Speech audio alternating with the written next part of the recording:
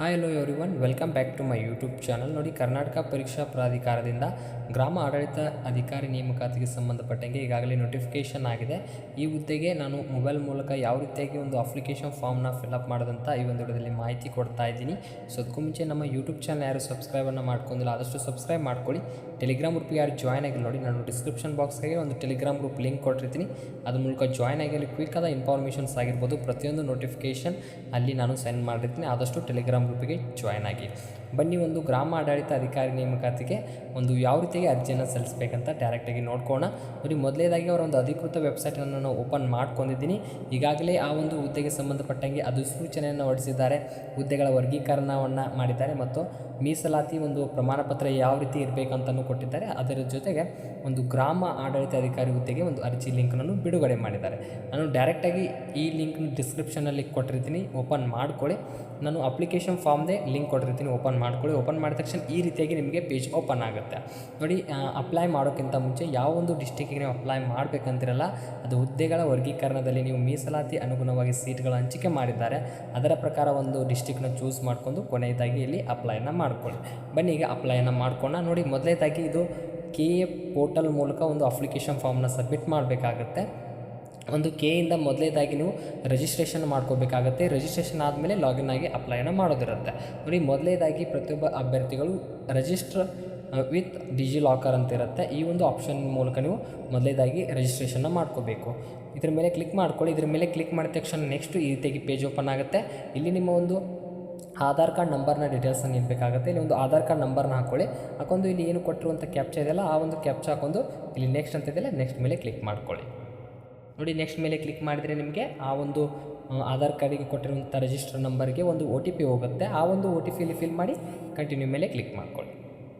ನೋಡಿ, ಕಂಟಿನ್ಯೂ ಮೇಲೆ ಕ್ಲಿಕ್ ಮಾಡ್ಕೊಳ್ಳಿ. ಕಂಟಿನ್ಯೂ ಮೇಲೆ ಕ್ಲಿಕ್ ಮಾಡಿದ ತಕ್ಷಣ you are already register with DigiLocker ಈ ರೀತಿಯಾಗಿ ಏನಾದರೂ ಬಂದರೆ, ಈಗಾಗಲೇ ನೀವು ಡಿಜಿ ಲಾಕರ್ ಜೊತೆಗೆ ರಿಜಿಸ್ಟರ್ ಆಗಿರ್ತೀರ, ಅದಕ್ಕೆ ಈ ರೀತಿಯಾಗಿ ಬಂದಿರುತ್ತೆ. ನೀವು ಫಸ್ಟು ಡಿಜಿ ಲಾಕರ್ಗೆ ರಿಜಿಸ್ಟರ್ ಮಾಡುವಾಗ ಒಂದು ಸೆಕ್ಯೂರಿಟಿ ಪಿನ್ ಅಂತ ನೀವು ಸೆಟ್ ಮಾಡಿರ್ತೀರ, ಆ ಒಂದು ಸೆಕ್ಯೂರಿಟಿ ಪಿನ್ನ ಹಾಕೊಂಡು ಕಂಟಿನ್ಯೂ ಮೇಲೆ ಕ್ಲಿಕ್ ಮಾಡಬೇಕಾಗತ್ತೆ. ಇಲ್ಲ, ನಾನು ಯಾವುದೇ ರೀತಿ ಡಿಜಿ ಲಾಕರಿಂದ ರಿಜಿಸ್ಟರ್ ಇಲ್ಲ ಅಂತ ಅಭ್ಯರ್ಥಿಗಳಿಗೆ ಡೈರೆಕ್ಟಾಗಿ ಬೇರೆ ಪೇಜ್ ಓಪನ್ ಆಗುತ್ತೆ. ಇನ್ ಕೇಸ್ ನಿಮಗೆ ರಿಜಿಸ್ಟರ್ ಮಾಡಿದರೆ, ಆಲ್ರೆಡಿ ರಿಜಿಸ್ಟರ್ ಮಾಡಿದರೆ, ಇಲ್ಲ ಸರ್ ನನಗೆ ಒಂದು ಸೆಕ್ಯೂರಿಟಿ ಪಿನ್ ಗೊತ್ತಿಲ್ಲ ಅಂತಂದರೆ ನೀವು ಸಿಂಪಲ್ಲಾಗಿ ಏನು ಮಾಡಿ, ಫಾರ್ಗೆಟ್ ಅ ಸೆಕ್ಯೂರಿಟಿ ಪಿನ್ ಅಂತಿದೆಯಲ್ಲ ಇದ್ರ ಮೇಲೆ ಕ್ಲಿಕ್ ಮಾಡ್ಕೊಳ್ಳಿ. ಇದ್ರ ಮೇಲೆ ಕ್ಲಿಕ್ ಮಾಡಿದ ತಕ್ಷಣ verify your date of birth ಅಂತ ಕೇಳುತ್ತೆ. ನಿಮ್ಮ ಒಂದು ಡೇಟ್ ಆಫ್ ಬರ್ತ್ನ ಇಲ್ಲಿ ಹಾಕ್ಕೊಳ್ಳಿ. ನೋಡಿ, ನಿಮ್ಮ ಒಂದು ಡೇಟ್ ಆಫ್ ಬರ್ತ್ ಹಾಕೊಂಡು ಕಂಟಿನ್ಯೂ ಮೇಲೆ ಕ್ಲಿಕ್ ಮಾಡಿದ್ರೆ set your DigiLocker security pin ಅಂತ ಇರುತ್ತೆ. ಅಂದರೆ ಒಂದು ಪಿನ್ನ ಮತ್ತೊಮ್ಮೆ ಸೆಟಪ್ ಮಾಡಬೇಕು. ನೀವು ಇಲ್ಲೇನು ಮಾಡಬೇಕು, 6 ಡಿಜಿಟ್ ನಂಬರ್ ಇರುವಂಥ ಒಂದು ಪಿನ್ನ ಸೆಟ್ ಮಾಡ್ಕೊಂಡು ಇಲ್ಲಿ ಕಂಟಿನ್ಯೂ ಮೇಲೆ ಕ್ಲಿಕ್ ಮಾಡ್ಕೊಂಡು ನೀವು ಒಂದು ಸೆಕ್ಯೂರಿಟಿ ಪಿನ್ನ ಸೆಟ್ ಮಾಡ್ಕೊಳ್ಳಿ. ಸೆಟ್ ಮಾಡ್ಕೊಂಡು ನೆಕ್ಸ್ಟ್ ನೀವು ಅಲ್ಲಿ ಒಂದು ಸೆಕ್ಯೂರಿಟಿ ಪಿನ್ ಹಾಕೊಂಡು ನೆಕ್ಸ್ಟ್ ಮೇಲೆ ಕ್ಲಿಕ್ ಮಾಡ್ಕೊಳ್ಳಿ. ನೋಡಿ, ಒಂದು ಸೆಕ್ಯೂರಿಟಿ ಪಿನ್ನ ಇಲ್ಲಿ ಸೆಟ್ ಮಾಡ್ಕೊಂಡು ಏನೊಂದು ಈಗ ಸೆಟ್ ಮಾಡಿದರೆ ಆ ಒಂದು ಸೆಕ್ಯೂರಿಟಿ ಪಿನ್ನ ಹಾಕೊಂಡು ಕಂಟಿನ್ಯೂ ಮೇಲೆ ಕ್ಲಿಕ್ ಮಾಡ್ಕೊಳ್ಳಿ.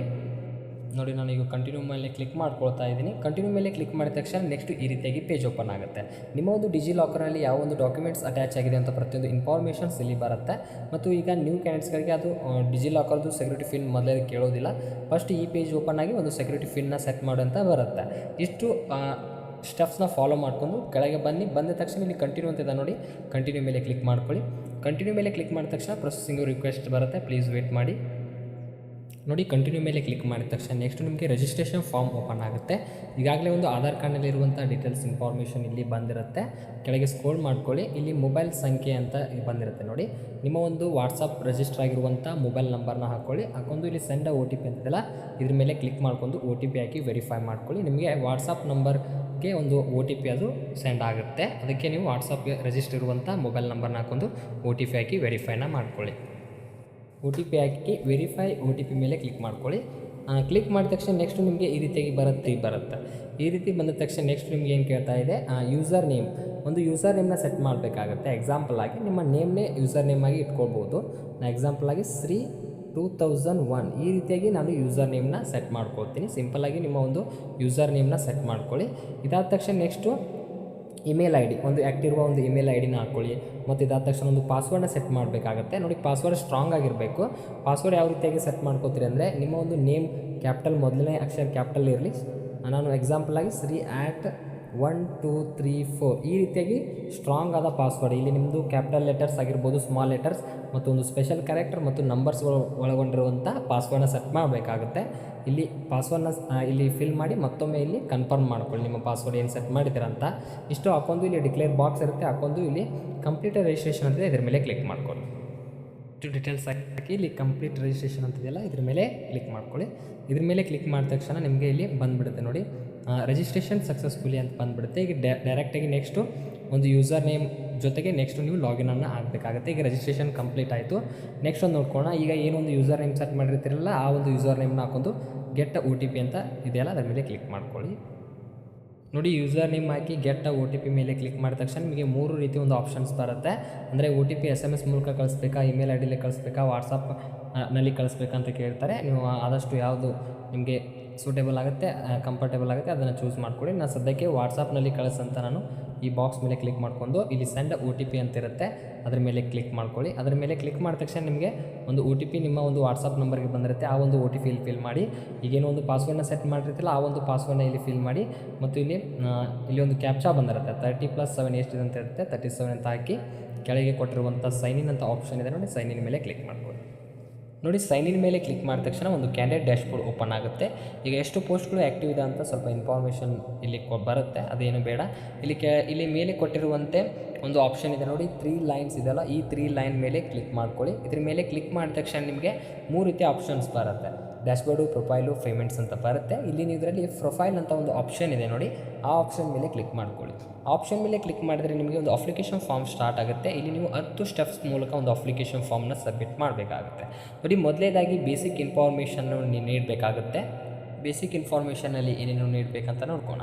ಈಗಾಗಲೇ ನಿಮ್ಮ ಆಧಾರ್ ಕಾರ್ಡಲ್ಲಿರುವಂಥ ಡಾಟಾ ಫೆಚ್ ಆಗಿರುತ್ತೆ, full name, gender, date of birth ಎಲ್ಲ ಬಂದಿರುತ್ತೆ. ನಿಮಗೆ ಡೈರೆಕ್ಟಾಗಿ ಇಲ್ಲಿ ಫಾದರ್ ನೇಮ್ ಕೇಳುತ್ತೆ, ನಿಮ್ಮ ಒಂದು SLC ಮಾರ್ಕ್ಸ್ ಕಾರ್ಡ್ನಲ್ಲಿ ಯಾವ ರೀತಿ ಫಾದರ್ ನೇಮ್ ಇದೆ ಅದನ್ನು ಹಾಕ್ಕೊಳ್ಳಿ. ಇದಾದ ತಕ್ಷಣ ಇಲ್ಲಿ ಮದರ್ ನೇಮ್ ಕೇಳುತ್ತೆ, ನಿಮ್ಮ ಒಂದು ಮದರ್ ನೇಮ್ ಮಾರ್ಕ್ಸ್ ಕಾರ್ಡ್ನಲ್ಲಿ ಯಾವ ರೀತಿ ಇರುತ್ತೆ ಅದನ್ನು ಹಾಕ್ಕೊಳ್ಳಿ. ಇದಾದ ತಕ್ಷಣ ನಿಮಗೆ ಒಂದು ಸ್ಟೇಟ್ ಕೇಳುತ್ತೆ, ಸ್ಟೇಟ್ನ ಹಾಕ್ಕೊಳ್ಳಿ. ಡಿಸ್ಟಿಕ್ನ ನಿಮ್ದು ಯಾವ ಡಿಸ್ಟಿಕ್ ಇದೆ ಡಿಸ್ಟಿಕ್ನ ಚೂಸ್ ಮಾಡ್ಕೊಳ್ಳಿ. ನಿಮ್ಮ ತಾಲೂಕು ಯಾವುದಿದೆ ಅದನ್ನು ನೀವು ಇಲ್ಲಿ ಚೂಸ್ ಮಾಡ್ಕೋಬೇಕಾಗುತ್ತೆ. ಇಷ್ಟು ಇನ್ಫಾರ್ಮೇಷನ್ ನೀಡ್ಕೊಳ್ಳಿ. ಇಷ್ಟು ಇನ್ಫಾರ್ಮೇಷನ್ ನೀಡಿದ ತಕ್ಷಣ ಅಡ್ರೆಸ್ ಆಟೋಮೆಟಿಕ್ಕಾಗಿ ಬಂದಿರುತ್ತೆ. ಕೆಳಗೆ ಸ್ಕ್ರೋಲ್ ಮಾಡಿ ಇಲ್ಲಿ ಒಂದಿಷ್ಟು ಇಲ್ಲಿ ಇನ್ಫಾರ್ಮೇಷನ್ಸ್ ಇರುತ್ತೆ ನೋಡಿ. As the candidate studied in Kannada medium from 1st to 10th ಅಂತ ಕೇಳ್ತಾರೆ. ಅಂದರೆ 1ನೇ ತರಗತಿಯಿಂದ 10ನೇ ತರಗತಿವರೆಗೆ ನೀವು ಕನ್ನಡ ಮೀಡಿಯಮ್ನಲ್ಲಿ ಕಲ್ತಿದ್ದೀರಾ ಅಂತ ಕೇಳ್ತಾರೆ. ನೀವೇನಾದರೂ ಕನ್ನಡ ಮೀಡಿಯಮ್ನಲ್ಲಿ ಕಲ್ತಿದ್ರೆ ಎಸ್ ಅಂತ ಹಾಕ್ಕೊಳ್ಳಿ. ಇಲ್ಲ ಸರ್ ನಾನು ಇಂಗ್ಲೀಷ್ ಮೀಡಿಯಮ್ನಲ್ಲಿ ಕಲ್ತಿದ್ದೀನಿ ಅಂದರೆ ನೀವು ಸಿಂಪಲ್ಲಾಗಿ ನೋ ಅಂತ ಹಾಕ್ಕೊಳ್ಬೋದು. ಇದಾದ ತಕ್ಷಣ ನೀವು ಏನಾದರೂ ಮ್ಯಾರೇಜ್ ಆಗಿದ್ದರೆ ಎಸ್ ಅಂತ ಹಾಕ್ಕೊಳ್ಳಿ, ಇಲ್ಲಾದರೆ ನೋ ಅಂತ ಹಾಕ್ಕೊಳ್ಳಿ. ಅಲ್ಟರ್ನೇಟ್ ಇಮೇಲ್ ID ಹಾಕಬೇಕಾಗುತ್ತೆ, ಮತ್ತೊಂದು ಇಮೇಲ್ IDನ ಹಾಕ್ಕೊಳ್ಳಿ. ಅಲ್ಟರ್ನೇಟ್ ಕಾಂಟ್ಯಾಕ್ಟ್ ನಂಬರ್, ನಿಮ್ಮ ಪೇರೆಂಟ್ಸ್ದು ಇನ್ನೊಂದು ನಂಬರ್ ಇರುತ್ತೆ, ಕಾಂಟ್ಯಾಕ್ಟ್ ನಂಬರ್ನ ಹಾಕ್ಕೊಳ್ಳಿ. ನಿಮ್ಮದು ಹೈಟು ಸೆಂಟಿಮೀಟರ್ನ ಹಾಕ್ಕೊಳ್ಳಿ. ವೇಟು KGಯಲ್ಲಿ ಎಷ್ಟು ವೇಟ್ ಇದೆ ವೇಟ್ ಹಾಕ್ಕೊಳ್ಳಿ. ಇದಾದ ತಕ್ಷಣ ಕೊನೆಯದಾಗಿ ಒಂದು ಕಡ್ಡಾಯ ಕನ್ನಡ ಎಕ್ಸಾಮಿನೇಷನ್ಗೆ ಸಂಬಂಧಪಟ್ಟಂಗೆ ಒಂದು ಇನ್ಫಾರ್ಮೇಷನ್ ಇರುತ್ತೆ. You taken compulsory Kannada examination conduct by KA and KPSC ಅಂತ ಇರುತ್ತೆ ನೋಡಿ. ಈಗಾಗಲೇ KA ಮತ್ತು KPSC ನಡೆಸಿರುವಂಥ ಕನ್ನಡ ಕಡ್ಡಾಯ ಎಕ್ಸಾಮಿನೇಷನ್ನಲ್ಲಿ ನೀವು ಪಾಸ್ ಆಗಿ ನಿಮ್ಮ ಬಳಿ ಸರ್ಟಿಫಿಕೇಟ್ ಇದ್ದರೆ ಇದನ್ನು ಎಸ್ ಅಂತ ಹಾಕ್ಕೊಳ್ಳಿ. ಇಲ್ಲ ನನ್ನ ಕಡೆ ಯಾವುದೇ ರೀತಿ ಸರ್ಟಿಫಿಕೇಟ್ ಇಲ್ಲ ಮತ್ತು KA KPSCಯಲ್ಲಿ ನಡೆಸಿರುವಂಥ ಕಡ್ಡಾಯ ಕನ್ನಡ ಎಕ್ಸಾಮಿನೇಷನ್ ಬರೆದಿಲ್ಲ ಅಂದರೆ ನೋ ಅಂತ ಹಾಕ್ಕೊಳ್ಳಿ. ಇದರಲ್ಲಿ 2 ಆಪ್ಷನ್ಸ್ ಬಂದಿದ್ದಾವೆ. ಅಂದರೆ ಏನು ಆಪ್ಷನ್ ಅಂತಂದರೆ ನೋಡಿ, ಮೊದಲೇದಾಗಿ ನಾನು ಈ ಸರ್ಟಿಫಿಕೇಟ್ ಇದ್ದರೆ ಏನು ಡೀಟೇಲ್ಸ್ ನೀಡಬೇಕಂತ ಹೇಳ್ತೀನಿ ನೋಡಿ. ಮೊದಲೇದಾಗಿ ಈ ಒಂದು ಸರ್ಟಿಫಿಕೇಟ್ ಇದ್ದರೆ, ಕಡ್ಡಾಯ ಕನ್ನಡ ಎಕ್ಸಾಮ್ ಸರ್ಟಿಫಿಕೇಟ್ ಇದ್ದರೆ ಏನಿಲ್ಲ, ಸಿಂಪಲ್ಲಾಗಿ ನೀವು ಅದರಲ್ಲಿ ಇರುವಂಥ ಎಕ್ಸಾಮಿನೇಷನ್ ಡೇಟು, ರಿಜಿಸ್ಟ್ರೇಷನ್ ನಂಬರ್ ಅದೇ ಒಂದು ಸರ್ಟಿಫಿಕೇಟ್ನಲ್ಲಿ ಇರುತ್ತೆ ನೋಡಿ. ಎಕ್ಸಾಮಿನೇಷನ್ ಡೇಟು, ರಿಜಿಸ್ಟ್ರೇಷನ್ ನಂಬರ್ನ ಹಾಕ್ಕೊಂಬೇಡಿ. ಇಷ್ಟು KA KPSC ಬಂದಿರುವಂಥ ಒಂದು ಸರ್ಟಿಫಿಕೇಟ್ನಲ್ಲಿರುವಂಥ ಇನ್ಫಾರ್ಮೇಷನನ್ನು ಇಟ್ಕೊಳ್ಳಿ. ಇಲ್ಲ ಸರ್ ನಾನು KA KPSC ಎಕ್ಸಾಮಿನೇಷನ್ ಬರೆದಿದ್ದೀನಿ, ಪಾಸೂ ಆಗಿದ್ದೀನಿ, ಬಟ್ ನನ್ನ ಕಡೆ ಸರ್ಟಿಫಿಕೇಟ್ ಇಲ್ಲ ಅಂದರೆ ಏನು ಮಾಡಬೇಕು ಅಂತ ಸಾಕಷ್ಟು ಅಭ್ಯರ್ಥಿಗಳು ಕೇಳ್ತಾರೆ. ನಿಮ್ಮ ಕಡೆ ಸರ್ಟಿಫಿಕೇಟ್ ಇಲ್ಲ ಅಂದರೆ KPSC ವೆಬ್ಸೈಟ್ನಲ್ಲಿ ಹೋಗಿ KPSC ನಡೆಸಿರುವಂಥ ಕನ್ನಡ ಕಡ್ಡಾಯ ಎಕ್ಸಾಮಿನೇಷನ್ ನೀವೇನಾದರೂ ಪಾಸ್ ಆಗಿದ್ದರೆ KPSCಯಲ್ಲಿ ಈಗೂ ಸರ್ಟಿಫಿಕೇಟ್ ಡೌನ್ಲೋಡ್ ಆಗುತ್ತೆ, ಡೌನ್ಲೋಡ್ ಮಾಡ್ಕೊಳ್ಳಿ. KA ಯಾವುದೇ ರೀತಿ ಬರ್ತಾಯಿಲ್ಲ, KA ನೀವು ಏನಾದರೂ ಬರೆದು ಪಾಸ್ ಆಗಿದ್ರೆ ಅಂದರೆ ಅದು ಬರ್ತಾಯಿಲ್ಲ, ಅದನ್ನು ಬಿಡಿ. ಅಂಥ ಅಭ್ಯರ್ಥಿಗಳು ನೋ ಅಂತ ಹಾಕ್ಕೊಳ್ಳಿ. ಏಕೆ ಅಂತಂದರೆ ನೀವು SSLC ಮತ್ತು ಉನ್ನತ ಶಿಕ್ಷಣದಲ್ಲಿ ಕನ್ನಡ ಲ್ಯಾಂಗ್ವೇಜನ್ನು ಪ್ರಥಮ ಮತ್ತು ದ್ವಿತೀಯ ಭಾಷೆಯಾಗಿ ನೀವೇನಾದರೂ ಕಲ್ತಿದ್ದರೆ ನಿಮಗೆ ಈ ಕಡ್ಡಾಯ ಕನ್ನಡ ಎಕ್ಸಾಮಿನೇಷನಿಂದ ವಿನಾಯಿತಿಯನ್ನು ಕೊಟ್ಟಿದ್ದಾರೆ. ಅದು ಏನು ಒಂದು ನೋಟಿಫಿಕೇಷನಲ್ಲಿ ಕೊಟ್ಟಿದ್ದಾರೆ ಅದನ್ನು ನೋಡಿಕೊಂಡು ಕ್ಲಾರಿಫೈನ ಮಾಡ್ಕೊಳ್ಳೋಣ. ನಾನು ಡೈರೆಕ್ಟಾಗಿ ನೋಟಿಫಿಕೇಷನಲ್ಲಿ ಏನಿದೆ ಅಂತ ಅದನ್ನು ತಿಳಿದುಕೊಂಡು ನೋಡ್ಕೊಳ್ಳೋಣ.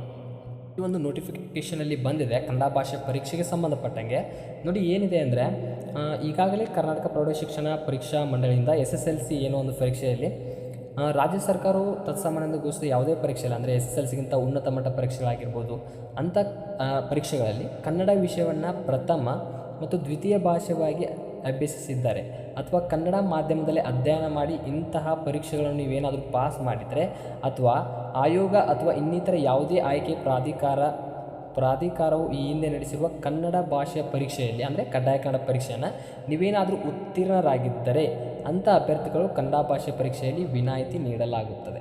ಅಂದರೆ ಇಲ್ಲಿ ನಿಮಗೆ 3 ರೀತಿ ಬಂದು, ಮೊದಲೇದಾಗಿ KPSC ಇಂದ ನಡೆಸಿದ್ದ ಕಡ್ಡಾಯ ಕನ್ನಡ ಎಕ್ಸಾಮ್ ಪಾಸ್ ಆಗಿದ್ದರೆ ಸರ್ಟಿಫಿಕೇಟ್ ಹಾಕಿ ಎಸ್ ಅಂತ ಹಾಕಿ ಸರ್ಟಿಫಿಕೇಟ್ ನಂಬರ್ ಹಾಕೊಳ್ಳಿ. ಫಸ್ಟ್ ಒನ್ನು ಅದನ್ನು ಮಾಡ್ಕೊಳ್ಳಿ. ಏನು KA ಮತ್ತು KPSC ಇಂದ ನೀವೇನಾದರೂ ಪಾಸ್ ಆಗಿದ್ದರೆ ಸರ್ಟಿಫಿಕೇಟ್ನ ಹಾಕ್ಕೊಳ್ಳಿ.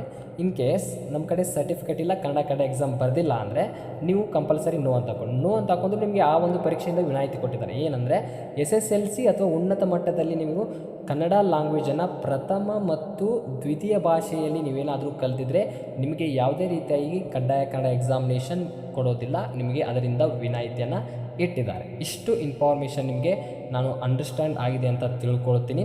ಮತ್ತು ಇಲ್ಲ ನಾನು KA ಇಂದನೂ ಬರೆದಿಲ್ಲ ಮತ್ತು ನನಗೆ ಪ್ರಥಮ ಅಥವಾ ದ್ವಿತೀಯ ಭಾಷೆ ನಾನು SSLC ಅಥವಾ ಉನ್ನತ ಶಿಕ್ಷಣದಲ್ಲಿ ನಾನು ಲ್ಯಾಂಗ್ವೇಜನ್ನು ಕಲಿತಿಲ್ಲ ಅಂದರೆ ಅಂಥ ಅಭ್ಯರ್ಥಿಗಳು ನಿಮಗೆ ಕಡ್ಡಾಯ ಕನ್ನಡ ಎಕ್ಸಾಮಿನೇಷನ್ ಅವರು ಕಂಡಕ್ಟ್ ಮಾಡ್ತಾರೆ. ಅದರಲ್ಲಿ 150 ಅಂಕಗಳಿಗೆ 50 ಅಂಕಗಳನ್ನು ಗಳಿಸಲೇಬೇಕಾಗುತ್ತೆ. ಆದಮೇಲೆ ನೀವು ಅರ್ಹರಾಗಿರ್ತೀರ. ಇಷ್ಟು ಒಂದು ಕಡ್ಡಾಯ ಕನ್ನಡ ಎಕ್ಸಾಮಿನೇಷನಿಂದ ಬಂದಿರುವಂಥ ಅಪ್ಡೇಟು ಈ ರೀತಿಯಾಗಿ ಇರುತ್ತೆ. ನೀವು ನೋ ಅಂತ ಹಾಕಿದ್ರು, ನೀವು SSLCಲಿ ಫಸ್ಟ್ ಲ್ಯಾಂಗ್ವೇಜ್ ಏನಾದರೂ ಕಲ್ತಿದ್ರು ನಿಮಗೆ ಯಾವುದೇ ರೀತಿ ಕನ್ನಡ ಕಡ್ಡಾಯ ಎಕ್ಸಾಮಿನೇಷನ್ ಅವರು ಬರೆಸೋದಿಲ್ಲ. ಈ ರೀತಿಯಾಗಿ ನೀವು ಕನ್ನಡ ಕಡ್ಡಾಯ ಎಕ್ಸಾಮಿನೇಷನ್ಗೆ ಸಂಬಂಧಪಟ್ಟಂಗೆ ಇನ್ಫಾರ್ಮೇಷನ್ ಹಾಕ್ಕೊಳ್ಳಿ. ನೋಡಿ, ಇಷ್ಟು ನಾನು ಕನ್ನಡ ಕಡ್ಡಾಯ ಎಕ್ಸಾಮಿನೇಷನ್ಗೆ ಸಂಬಂಧಪಟ್ಟಂಗೆ ಡೀಟೇಲ್ಸ್ ಹೇಳಿದ್ದೀನಿ. ಏನಾದರೂ ಸರ್ಟಿಫಿಕೇಟ್ ಇದ್ದರೆ ಎಸ್ ಹಾಕೊಂಡು ಆ ಒಂದು ಡೀಟೇಲ್ಸ್ನ ಹಾಕೊಂಬಿಡಿ, ಇಲ್ಲಾಂದರೆ ನೋ ಅಂತ ಹಾಕ್ಕೊಳ್ಳಿ. ಇಷ್ಟು ಹಾಕೊಂಡು ಸೇವ್ ಆ್ಯಂಡ್ ನೆಕ್ಸ್ಟ್ ಮೇಲೆ ಕ್ಲಿಕ್ ಮಾಡ್ಕೊಳ್ಳಿ. ನೋಡಿ, ಸೇವ್ ಆ್ಯಂಡ್ ನೆಕ್ಸ್ಟ್ ಮೇಲೆ ಕ್ಲಿಕ್ ಮಾಡಿದ ತಕ್ಷಣ ನೆಕ್ಸ್ಟು ನೀವು ಒಂದು ಕ್ವಾಲಿಫಿಕೇಷನ್ ಡೀಟೇಲ್ಸ್ ನೀಡಬೇಕಾಗುತ್ತೆ. ಅಂದರೆ SSLC ಇನ್ಫಾರ್ಮೇಷನ್ ನೀಡಬೇಕಾಗುತ್ತೆ. ಇಲ್ಲೇನಿಲ್ಲ, ಸಿಂಪಲ್ಲಾಗಿ 10ನೇ ನೋಂದಣಿ ಅಥವಾ ರೂಲ್ ಸಂಖ್ಯೆ ಅಂದರೆ SSLC ರಿಜಿಸ್ಟ್ರೇಷನ್ ನಂಬರ್ನ ಹಾಕೊಂಡ್ಬಿಟ್ರೆ ಆಟೋಮೆಟಿಕ್ಕಾಗಿ ಅದರಲ್ಲಿರುವಂಥ ಡಾಟಾ ಆಟೋಮೆಟಿಕ್ಕಾಗಿ ಫೆಚ್ ಆಗುತ್ತೆ. ನೀವು ಸಿಂಪಲ್ಲಾಗಿ ಇಲ್ಲಿ SSLC ರಿಜಿಸ್ಟ್ರೇಷನ್ ನಂಬರ್ನ ಹಾಕ್ಕೊಳ್ಳಿ.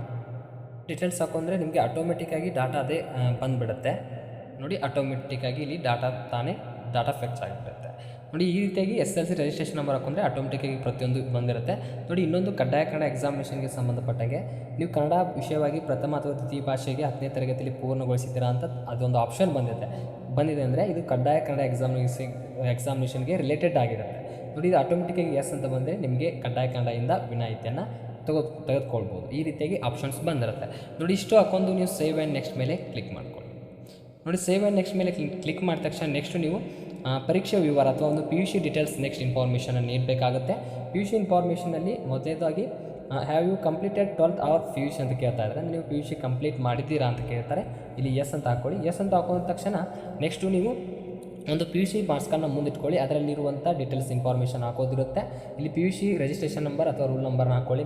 ಇಲ್ಲಿ ಪಾಸಿಂಗ್ ಇಯರ್ನ ಹಾಕ್ಕೊಳ್ಳಿ. ಒಂದು PUC passing year, passing month ಯಾವುದಿದೆ ನೋಡಿ ಅದನ್ನು ಹಾಕ್ಕೊಳ್ಬೇಕಾಗುತ್ತೆ. ಮತ್ತು PUC board name, department of pre university education examination ಅಂತಿದೆಯಲ್ಲ ಆ ಬೋರ್ಡ್ ನಂಬರ್ನ ಫಿಲ್ ಮಾಡಿ. ನೇಮ್ ಆ್ಯಸ್ ಇನ್ PUC 12 ಅಂದರೆ ನಿಮ್ಮ PUC ಮಾರ್ಕ್ಸ್ ಕಾರ್ಡ್ನಲ್ಲಿ ಯಾವ ರೀತಿಯಾಗಿ ನಿಮ್ಮ ನೇಮ್ ಇದೆ ಅದನ್ನು ಫುಲ್ ನೇಮ್ನ ಹಾಕ್ಕೊಳ್ಳಿ. ನಿಮ್ಮ ಒಂದು PUC ಕಾಲೇಜ್ ನೇಮ್ನ ಹಾಕ್ಕೊಳ್ಬೇಕಾಗುತ್ತೆ. ಅದೇ ಒಂದು PUC ಮಾರ್ಕ್ಸ್ ಕಾರ್ಡ್ನಲ್ಲಿ ಇರುತ್ತೆ. ಮತ್ತು ಟೋಟಲ್ ಮಾರ್ಕ್ಸ್ ಎಷ್ಟು ಅಂಕವನ್ನು ಪಡೆದಿದ್ದೀರಾ ಅಂತ ಹಾಕೊಂಡ್ರೆ ಆಟೋಮೆಟಿಕ್ಕಾಗಿ ಪರ್ಸೆಂಟೇಜ್ ತಾನೇ ಆಟೋಮೆಟಿಕ್ಕಾಗಿ ಅದು ಬಂದುಬಿಡುತ್ತೆ. ಮತ್ತು ಕೊನೆಯದಾಗಿ ಸ್ಟ್ರೀಮ್ ಅಂತ ಬಂದಿರುತ್ತೆ. ಸ್ಟ್ರೀಮ್ ಅಂದರೆ ಇಲ್ಲಿ ನಿಮ್ಮದು ಯಾವುದು ಸೈನ್ಸ್ ಕಂಪ್ಲೀಟ್ ಮಾಡಿದ್ದೀರಾ PUCನಲ್ಲಿ ಅಥವಾ ಕಾಮರ್ಸ್ ಕಂಪ್ಲೀಟ್ ಮಾಡಿದ್ದೀರಾ ಅಥವಾ ಆರ್ಟ್ಸ್ ಕಂಪ್ಲೀಟ್ ಮಾಡಿದ್ದೀರಾ ಅಂತಿರುತ್ತೆ. ನಿಮ್ಮದು ಯಾವ ಸ್ಟ್ರೀಮ್ ಮಾಡಿದ್ದೀರಾ ಆ ಒಂದು ಸ್ಟ್ರೀಮ್ನ ಹಾಕ್ಕೊಂಡು ಇಷ್ಟು ಇನ್ಫಾರ್ಮೇಷನ್ ನೀಡಿ ಸಿಂಪಲ್ಲಾಗಿ ಸೇವ್ ಆ್ಯಂಡ್ ನೆಕ್ಸ್ಟ್ ಮೇಲೆ ಕ್ಲಿಕ್ ಮಾಡ್ಕೊಳ್ಳಿ. ಸೇವ್ ಆ್ಯಂಡ್ ನೆಕ್ಸ್ಟ್ ಮೇಲೆ ಕ್ಲಿಕ್ ಮಾಡಿದ ತಕ್ಷಣ 4th ಸ್ಟೆಪ್ನಲ್ಲಿ ರಿಸರ್ವೇಷನ್ ಡೀಟೇಲ್ಸ್ ಇನ್ಫಾರ್ಮೇಷನ್ನ ಹಾಕ್ಕೊಳ್ಬೇಕಾಗುತ್ತೆ. ನೋಡಿ, ಇದು ಇಂಪಾರ್ಟೆಂಟ್ ಆಗಿರುತ್ತೆ. ಕ್ಯಾಟಗರಿ ಅಥವಾ ಮೀಸಲಾತಿ ರಿಸರ್ವೇಷನ್ ಇಲ್ಲಿ ಇಂಪಾರ್ಟೆಂಟ್ ಆಗಿರುತ್ತೆ. ನೋಡಿ, ನೀವು GM ಹೊರತುಪಡಿಸಿ ಬೇರೆ ವರ್ಗ ಮೀಸಲಾತಿಗೆ ಅರ್ಜಿ ಸಲ್ಲಿಸುತ್ತಿದ್ದೀರಾ ಅಂತ ಕೇಳ್ತಾರೆ. ನೀವೇನಾದರೂ ಜನರಲ್ ಮೆರಿಟ್ ಅಲ್ಲಿ ನೀವೇನಾದರೂ ಅಪ್ಲೈ ಮಾಡ್ತಾ ಇದ್ದರೆ ನೋ ಅಂತ ಹಾಕಿ ಕಂಟಿನ್ಯೂ ಮಾಡಿ.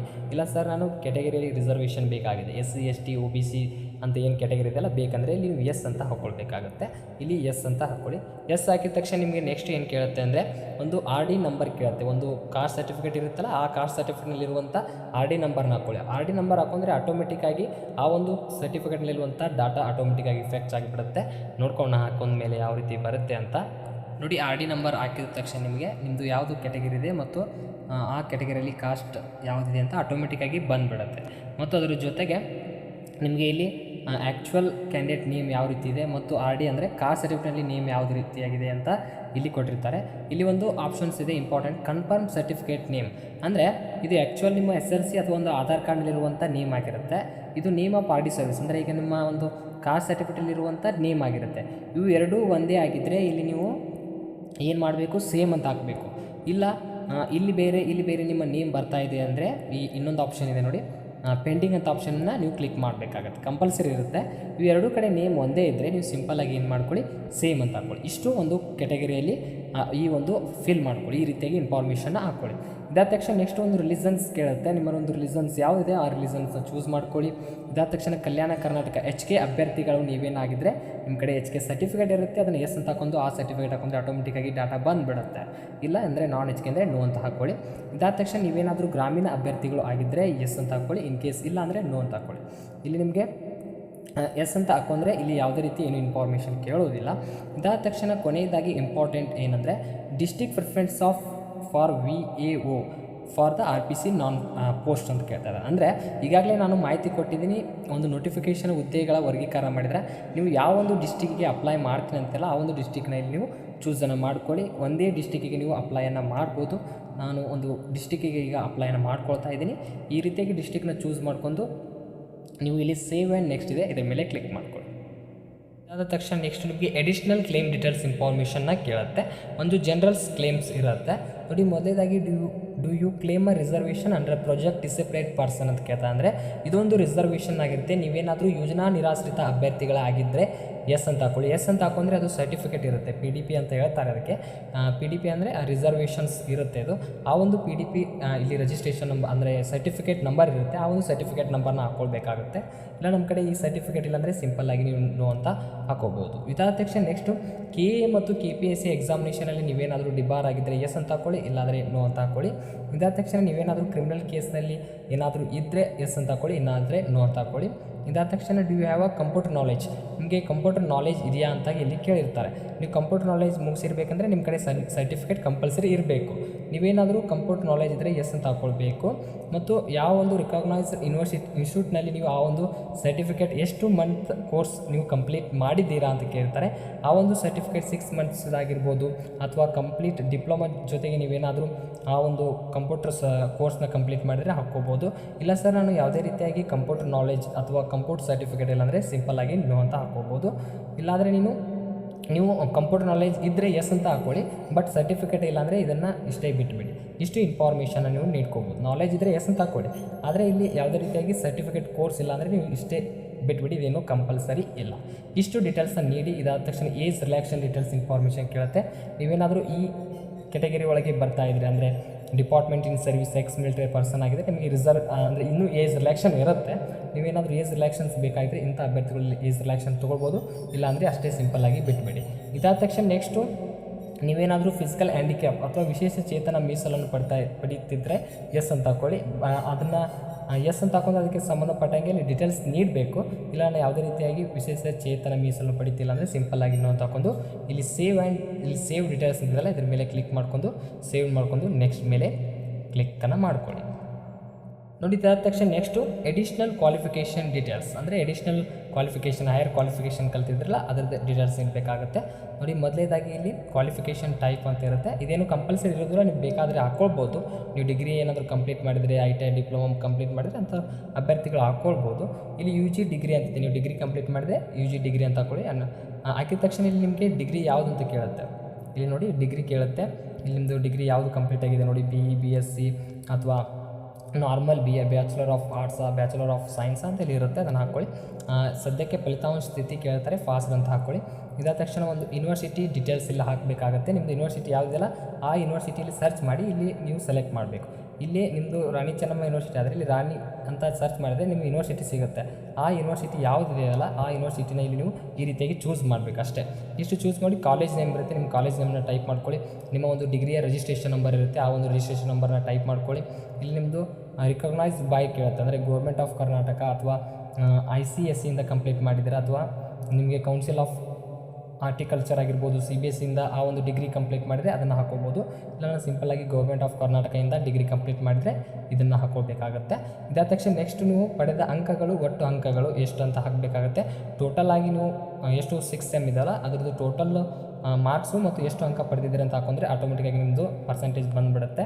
ಮತ್ತು ಕೋರ್ಸ್ ಅವಧಿ ಎಷ್ಟಿದೆ, ನಿಮ್ಮದು ಡಿಗ್ರಿ 3 ಇಯರ್ಸ್ ಅಥವಾ 2 ಇಯರ್ಸ್ ಎಷ್ಟಿದೆ ಅದನ್ನು ಹಾಕೊಳ್ಬೇಕಾಗತ್ತೆ. ಇದಾದ ತಕ್ಷಣ ಪಾಸ್ ಆದ ವರ್ಷ, ನಿಮ್ಮದು ಡಿಗ್ರಿ ಪಾಸಿಂಗ್ ಇಯರ್ನ ಹಾಕ್ಕೊಳ್ಳಿ. ಪಾಸಿಂಗ್ ಇಯರ್ನ ಹಾಕೋಬೇಕಾಗುತ್ತೆ. ನೀವು ಡಿಗ್ರಿಯಲ್ಲಿ ಯಾವ ಒಂದು ಕಾಂಬಿನೇಷನ್ ಜೊತೆಗೆ ಡಿಗ್ರಿ ಕಂಪ್ಲೀಟ್ ಮಾಡಿದ್ರೆ, ನಾ ಎಕ್ಸಾಂಪಲ್ ಆಗಿ ಬಯಾಲಜಿ ಇತ್ತು, ನಮ್ಮ ಒಂದು ಕೆಮಿಸ್ಟ್ರಿ ಇತ್ತು, ಈ ರೀತಿಯಾಗಿ ನಿಮ್ಗೆ ಯಾವ ಒಂದು ಕಾಂಬಿನೇಷನ್ ಇದಲ್ಲ ನಿಮ್ಮದು ಸಬ್ಜೆಕ್ಟ್ಗಳು, ಆ ಒಂದು ಕಾಂಬಿನೇಷನ್ನ ಇಲ್ಲಿ ಸೆಲೆಕ್ಟ್ ಮಾಡ್ಕೊಳ್ಳಿ. ಇಷ್ಟು ಸೆಲೆಕ್ಟ್ ಮಾಡ್ಕೊಂಡು ಇಲ್ಲಿ ಸೇವ್ ಆ್ಯಂಡ್ ನೆಕ್ಸ್ಟ್ ಮೇಲೆ ನೀವು ಇಲ್ಲಿ ಕ್ಲಿಕ್ಕನ್ನು ಮಾಡ್ಕೊಳ್ಳಿ. ನೋಡಿ, ಇದಾದ ತಕ್ಷಣ ನೆಕ್ಸ್ಟು ಒಂದು ಕೆಲಸದ ಅನುಭವ ಅಥವಾ ವರ್ಕ್ ಎಕ್ಸ್ಪೀರಿಯೆನ್ಸ್ಗೆ ಸಂಬಂಧಪಟ್ಟಂಗೆ ಕೇಳ್ತಾ ಇದ್ದಾರೆ. ನೀವೇನಾದರೂ ಎಕ್ಸ್ಪೀರಿಯೆನ್ಸ್ ಹೊಂದಿದ್ದರೆ ಅದಕ್ಕೆ ಸಂಬಂಧಪಟ್ಟಂಗೆ ಸಂಸ್ಥೆಯ ಪ್ರಕಾರ ಆಗಿರ್ಬೋದು, ಸಂಸ್ಥೆಯ ಹೆಸರಾಗಿರ್ಬೋದು, ರೋಲು, ಜಾಬು ಯಾವುದಿದೆ ಪ್ರತಿಯೊಂದು ಇನ್ಫಾರ್ಮೇಷನ್ ನೀಡ್ಕೊಳ್ಳಿ. ಮತ್ತು ಪ್ರಸ್ತುತ ನೀವೇನಾದರೂ ಕೆಲಸ ಮಾಡ್ತಾಯಿದ್ರೆ ಎಸ್ ಅಂತ ಹಾಕೊಳ್ಳಿ, ಇಲ್ಲಾಂದರೆ ಕರೆಂಟ್ ವರ್ಕಿಂಗ್ ಇಲ್ಲಾಂದರೆ ಸಿಂಪಲ್ಲಾಗಿ ನೋ ಅಂತ ಹಾಕೊಳ್ಳಿ. ಮತ್ತು ಆ ಒಂದು ಎಕ್ಸ್ಪೀರಿಯೆನ್ಸ್ ಯಾವ ಡೇಟಿಂದ ಎಷ್ಟುವರೆಗೆ ನೀವು ಮಾಡಿದ್ದೀರಾ ಅಂತ ಅನುಭವದ ಬಗ್ಗೆ ಡೀಟೇಲ್ಸ್ ನೀಡಬೇಕಾಗುತ್ತೆ. ಇಲ್ಲ ನಮ್ಮದು ಯಾವುದೇ ರೀತಿ ಎಕ್ಸ್ಪೀರಿಯೆನ್ಸ್ ಇಲ್ಲಾಂದರೆ ನೆಕ್ಸ್ಟ್ ಅಂತ ಹೋಗಿ ನೀವು ಇಷ್ಟು ಡೀಟೇಲ್ಸ್ ನೀಡಿ ಇಲ್ಲಿ ಆ್ಯಡ್ ಎಕ್ಸ್ಪೀರಿಯೆನ್ಸ್ ಮೇಲೆ ಕ್ಲಿಕ್ ಮಾಡಿದ್ರೆ ಆ ಕಾಲಮ್ನಲ್ಲಿ ಆ ಒಂದು ಎಕ್ಸ್ಪೀರಿಯೆನ್ಸ್ ಆ್ಯಡ್ ಆಗುತ್ತೆ. ಇಲ್ಲಾಂದರೆ ಸಿಂಪಲ್ಲಾಗಿ ನೀವು ನೆಕ್ಸ್ಟ್ ಮೇಲೆ ಕ್ಲಿಕ್ ಮಾಡ್ಕೊಳ್ಳಿ. ನೋಡಿ, ನೆಕ್ಸ್ಟ್ ಮೇಲೆ ಕ್ಲಿಕ್ ಮಾಡಿದ ತಕ್ಷಣ ಕೊನೆಯದಾಗಿ ಒಂದು ಡಾಕ್ಯುಮೆಂಟ್ಸ್ ಅಪ್ಲೋಡ್ ಮಾಡೋದಿರುತ್ತೆ. ಡಾಕ್ಯುಮೆಂಟ್ಸ್ ಸಿಂಪಲ್ ಆಗಿದೆ, ಒಂದು ಫೋಟೋಗ್ರಾಫಿ, ಒಂದು ಸಿಗ್ನೇಚರ್, ಇಷ್ಟೇ ನೀವು ಡಾಕ್ಯುಮೆಂಟ್ನ ಇಲ್ಲಿ ಅಪ್ಲೋಡ್ ಮಾಡೋದಿರುತ್ತೆ.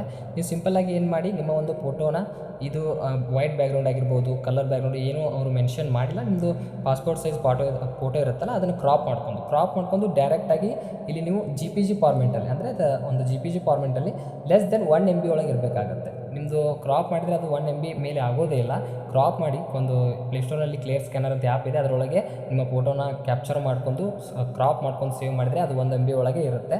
ಅದನ್ನು ಫೋಟೋಗ್ರಾಫಿಯಲ್ಲಿ ಚೂಸ್ ಫೈಲ್ ಮೇಲೆ ಕ್ಲಿಕ್ ಮಾಡ್ಕೊಂಡು ಅಪ್ಲೋಡ್ ಮಾಡ್ಕೊಳ್ಳಿ.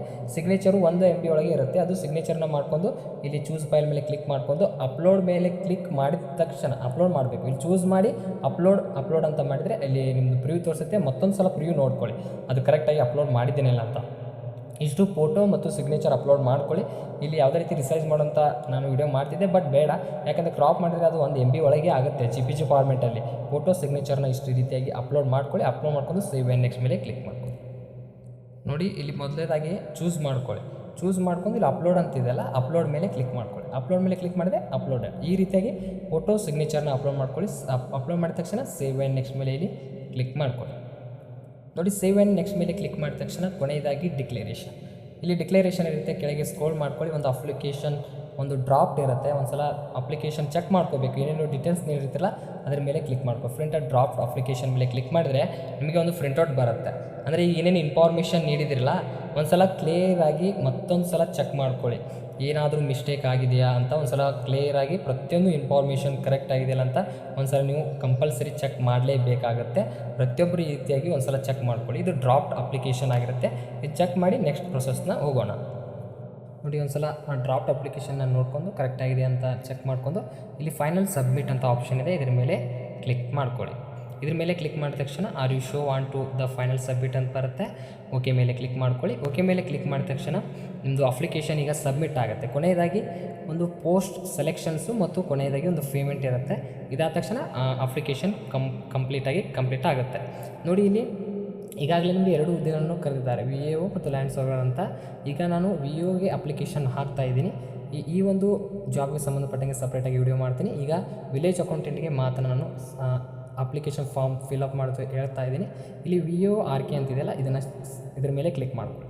ಇದ್ರ ಮೇಲೆ ಕ್ಲಿಕ್ ಮಾಡಿದ ತಕ್ಷಣ ನಿಮಗೆ ಕೆಟಗರಿ ವೈಸ್ ಎಷ್ಟು ಒಂದು ಅಮೌಂಟ್ ಇದೆ ಆಟೋಮೆಟಿಕ್ಕಾಗಿ ಇಲ್ಲಿ ತೋರಿಸ್ಬಿಡುತ್ತೆ. ನಮಗೆ SC/ST ಅಭ್ಯರ್ಥಿಗೆ 500 ರೂಪೀಸ್ ಇರುತ್ತೆ, ಇನ್ನುಳಿದ ಅಭ್ಯರ್ಥಿಗಳಿಗೆ 750 ಇರುತ್ತೆ, ಮತ್ತು ಫಿಸಿಕಲ್ ಹ್ಯಾಂಡಿಕ್ಯಾಪ್ ಅಭ್ಯರ್ಥಿಗಳಿಗೆ 250 ರೂಪೀಸ್ ಇರುತ್ತೆ. ನಿಮಗೆ ವಿಲೇಜ್ ಅಕೌಂಟೆಂಟ್ಗೆ ಇಲ್ಲಿ 500 ರೂಪೀಸ್ ಈ ರೀತಿಯಾಗಿ ಆಟೋಮೆಟಿಕ್ಕಾಗಿ ಬಂದಿರುತ್ತೆ. ಇಲ್ಲಿ VAOಗೆ ಈ ರೀತಿಯಾಗಿ ಟಿಕ್ ಮಾಡಿ ಇಲ್ಲಿ ಪ್ರೊಸೀಡ್ ಟು ಪೇ ಅಂತ ಆಪ್ಷನ್ ಇದೆ ನೋಡಿ, ಇದ್ರ ಮೇಲೆ ಕ್ಲಿಕ್ ಮಾಡ್ಕೊಳ್ಳಿ. ಇದ್ರ ಮೇಲೆ ಕ್ಲಿಕ್ ಮಾಡಿದ ತಕ್ಷಣ ನಿಮಗೆ ಒಂದು ಫಸ್ಟ್ ಪ್ರಿಫರೆನ್ಸ್ ರಿವ್ಯೂ ತೋರಿಸುತ್ತೆ. ಅಂದರೆ ಯಾವ ಒಂದು ಪೋಸ್ಟ್ಗೆ ನೀವು ಅಪ್ಲೈ ಮಾಡ್ತಾ ಇದ್ದೀರಾ ಅಂತ ಬರುತ್ತೆ. ಇಲ್ಲಿ ಪೇ ನೌ ಅಂತಿದೆ, ಇದ್ರ ಮೇಲೆ ಕ್ಲಿಕ್ ಮಾಡ್ಕೊಳ್ಳಿ. ಇದ್ರ ಮೇಲೆ ಕ್ಲಿಕ್ ಮಾಡಿದ ತಕ್ಷಣ ನೆಕ್ಸ್ಟ್ ನಿಮಗೆ ಒಂದು ಪೇಮೆಂಟ್ ಆಪ್ಷನ್ಸ್ ಓಪನ್ ಆಗುತ್ತೆ. ಇಲ್ಲಿ ನೀವು ಡೆಬಿಟ್ ಕಾರ್ಡ್ ಮತ್ತು Paytm UPI ಮೂಲಕ ಪೇಮೆಂಟ್ನ ಮಾಡ್ಬೋದು. ಆದಷ್ಟು UPI ಮೇಲೆ ಮಾಡ್ಕೊಳ್ಳಿ. ಇಲ್ಲಿ ಫೋನ್ಪೇ ಅಂತ ಇರುತ್ತೆ ನೋಡಿ, ಈ ಒಂದು ಫೋನ್ಪೇ ಮೇಲೆ ಕ್ಲಿಕ್ ಮಾಡ್ಕೊಂಡು ಇಲ್ಲಿ ಕಂಟಿನ್ಯೂ ಮೇಲೆ ಕ್ಲಿಕ್ ಮಾಡ್ಕೊ, ಆಟೋಮೆಟಿಕ್ಕಾಗಿ ನಿಮ್ಮ ಫೋನ್ಪೇ ಓಪನ್ ಆಗುತ್ತೆ. ನೋಡಿ ಡೈರೆಕ್ಟಾಗಿ ಫೋನ್ಪೇ ಓಪನ್ ಆಗುತ್ತೆ. ಓಪನ್ ಆದ ತಕ್ಷಣ ನಿಮ್ಮ ಪಿನ್ ಹೊಡೆದು ಅಮೌಂಟ್ನ ಪೇ ಮಾಡಿಬಿಡಿ. ಪೇಮೆಂಟ್ ಆದ ತಕ್ಷಣ ನಿಮಗೆ ಇಲ್ಲಿ ಪೇಡ್ ಅಂತ ಬಂದುಬಿಡುತ್ತೆ. ಈ ರೀತಿಯಾಗಿ ಸಕ್ಸಸ್ ಬರುತ್ತೆ. ಇಲ್ಲಿ ಪೇಮೆಂಟ್ ಹಿಸ್ಟ್ರಿ ಯಾವ ಒಂದು ಜಾಬ್ಗೆ ಹಾಕಿರ್ತೀವಲ್ಲ ಇಲ್ಲಿ ಇನ್ಫಾರ್ಮೇಷನ್ ಬಂದಿರುತ್ತೆ ನೋಡಿ. ಇಲ್ಲಿ 500 ರೂಪೀಸ್ ಪೇ ಆಗಿದೆ. ಯಾವ ಒಂದು ಈ ಒಂದು ರಿಸಿಪ್ಟನ್ನು ನೀವು ವ್ಯೂವರ್ ರಿಸಿಪ್ಟ್ ಇದೆಯಲ್ಲ ಇದ್ರ ಮೇಲೆ ಕ್ಲಿಕ್ ಮಾಡ್ಕೊಂಡು ಇದನ್ನು ಸ್ಕ್ರೀನ್ಶಾಟ್ ಅಥವಾ ನೀವು ಡೌನ್ಲೋಡನ್ನು ಮಾಡ್ಕೋಬೋದು. ಈ ರೀತಿಯಾಗಿ ಪೇಮೆಂಟ್ನ ಮಾಡ್ಕೊಳ್ಳಿ. ನಿಮ್ಮದು ಈಗ ಅಪ್ಲಿಕೇಶನ್ ಕಂಪ್ಲೀಟ್ ಆಯಿತು. ಪೇಮೆಂಟ್ ಕಂಪ್ಲೀಟ್ ಆದ ತಕ್ಷಣ ನೀವು ಕೊನೆಯದಾಗಿ ಫೈನಲ್ ಪ್ರಿಂಟನ್ನು ತೆಗೆದುಕೊಳ್ಬೇಕಲ್ಲ, ಅದಕ್ಕೆ ನೀವು ಇಲ್ಲಿ 3 ಲೈನ್ ಇದೆಯಲ್ಲ ಇದ್ರ ಮೇಲೆ ಕ್ಲಿಕ್ ಮಾಡಿಕೊಂಡು ಇಲ್ಲಿ ಕೆಳಗೆ ಸ್ಕ್ರೋಲ್ ಮಾಡ್ಕೊಳ್ಳಿ. ಸ್ಕ್ರೋಲ್ ಮಾಡಿ ಇಲ್ಲಿ ಏನೋ ಒಂದು ರಿಪೋರ್ಟ್ ಸೆಂಟರ್ ಅಂತಿದೆ ನೋಡಿ, ಇದ್ರ ಮೇಲೆ ಕ್ಲಿಕ್ ಮಾಡ್ಕೊಳ್ಳಿ. ಕಂಪಲ್ಸರಿಯಾಗಿ ಫೈನಲ್ ಪ್ರಿಂಟೌಟ್ನ ತೆಗೆದುಕೊಳ್ಳಿ. ನೋಡಿ ಇಲ್ಲಿ ಮೊದಲನೇ ಆಪ್ಷನ್ ಬರುತ್ತೆ ನೋಡಿ, ಅಪ್ಲಿಕೇಶನ್ ಅಂತ ಬರುತ್ತೆ. ಇಲ್ಲಿ ಡೌನ್ಲೋಡ್ ಆಫ್ PDF ಅಂತಿರುತ್ತೆ. ಅಂದರೆ ಪೇಮೆಂಟ್ ಆಗಿದ್ದು ಇಲ್ಲಿ ನಿಮಗೆ PDF ಡೌನ್ಲೋಡ್ ಆಗುತ್ತೆ. ಕಂಪಲ್ಸರಿ ನಿಮಗೆ ಹೇಳಿದ್ದಾರೆ ನೋಟಿಫಿಕೇಷನಲ್ಲಿ ಫೀ ಮಾಡಿದ್ದು ಮತ್ತು ಫೈನಲ್ ಪ್ರಿಂಟೌಟ್ನ ಕೊನೆ ತನಕ ನೀವು ಪ್ರಿಂಟೌಟ್ನ ತೆಗೆದುಕೊಂಡಿರಬೇಕು ಅಂತ. ಅದಕ್ಕೆ ಇಲ್ಲಿ ಡೌನ್ಲೋಡ್ PDF ಅಂತಿದೆ, ಇದ್ರ ಮೇಲೆ ಕ್ಲಿಕ್ ಮಾಡ್ಕೊಳ್ಳಿ. ಇದ್ರ ಮೇಲೆ ಕ್ಲಿಕ್ ಮಾಡಿದ್ರೆ ನಿಮಗೆ ಆ ಒಂದು ಪ್ರಿಂಟೌಟ್ ಬರುತ್ತೆ. ಇಲ್ಲಿ ಡೌನ್ಲೋಡ್ ಆಗುತ್ತೆ. ಓಪನ್ ಮಾಡ್ಕೊಳ್ಳಿ. ಓಪನ್ ಮಾಡಿದ ತಕ್ಷಣ ಈಗ ಕಂಪ್ಲೀಟಾಗಿ ಪೇಮೆಂಟ್ ಆಗಿರುವಂಥ ಒಂದು ಫೈನಲ್ ಪ್ರಿಂಟೌಟ್ ಬಂದುಬಿಡುತ್ತೆ ನೋಡಿ. ಇಲ್ಲಿ ಕೊನೆಯದಾಗಿ ನಿಮಗೆ ಇಲ್ಲಿ ಪೇಮೆಂಟ್ ಆಗಿದೆ ಡೀಟೇಲ್ಸ್ ಆಗಿರ್ಬೋದು, ಪ್ರತಿಯೊಂದು ಇನ್ಫಾರ್ಮೇಷನ್ ಬರುತ್ತೆ. ಈ ರೀತಿಯಾಗಿ ವಿಲೇಜ್ ಅಕೌಂಟೆಂಟ್ ಹುದ್ದೆಗೆ ಸಂಬಂಧಪಟ್ಟಂಗೆ ಸುಲಭವಾಗಿ ಸ್ಟೆಪ್ ಬೈ ಸ್ಟೆಪ್ ಪ್ರತಿಯೊಂದು ಯಾವುದೇ ರೀತಿ ಮಿಸ್ಟೇಕ್ ಮಾಡದೆ ಪ್ರತಿಯೊಂದು ಮಾಹಿತಿಯನ್ನು ನಾನು ಕೊಟ್ಟಿದ್ದೀನಿ. ಸಿಂಪಲ್ಲಾಗಿ ನೀವು ಹಾಕ್ಕೊಳ್ಳಿ. ಈ ರೀತಿಯಾಗಿ ಒಂದು ಕರ್ನಾಟಕ ಪರೀಕ್ಷಾ ಪ್ರಾಧಿಕಾರ ಅಂತ ಕರೆದಿರುವಂಥ village accountant. Next video land ಸರ್ವರ್ಗೆ ಸಂಬಂಧಪಟ್ಟಂಗೆ ಅಪ್ಲಿಕೇಶನ್ ಯಾವ ರೀತಿ ಮಾಡಬೇಕಂತ ಮಾಹಿತಿ ಕೊಡ್ತೀನಿ ನೋಡಿ. ಈ ರೀತಿಯಾಗಿ ಅಪ್ಲಿಕೇಶನ್ ಹಾಕ್ಕೊಳ್ಳಿ. ಈ ವಿಡಿಯೋ ಇಷ್ಟ ಆದರೆ ಆದಷ್ಟು ಲೈಕ್ ಮಾಡಿ.